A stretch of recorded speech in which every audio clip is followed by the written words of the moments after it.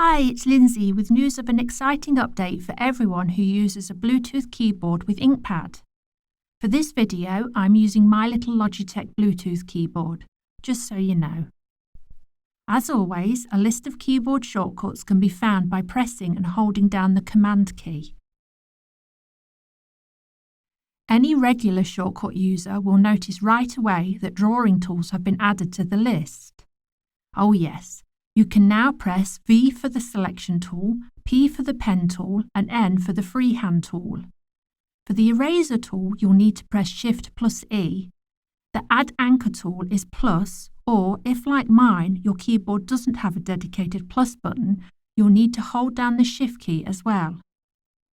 The Scissor tool is C, and the Eyedropper tool is I.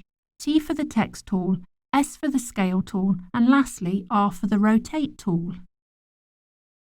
You may also notice the addition of Duplicate in Place, Shift plus Command plus J, plus the very useful group, Command plus G, and its little friend, Ungroup, Shift plus Command plus G.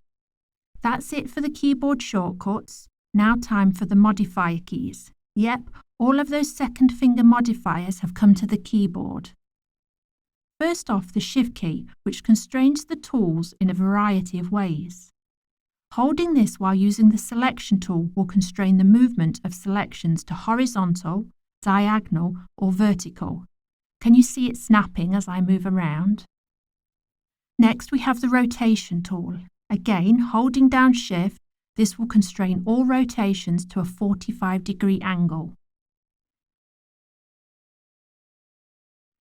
Holding the Shift key while using the Scale tool will perform a non-uniform scale, allowing you to stretch shapes in all sorts of ways. In the Shape tools, holding down the Shift key will allow you to draw a perfect square with the Rectangle tool and a perfect circle with the Oval tool.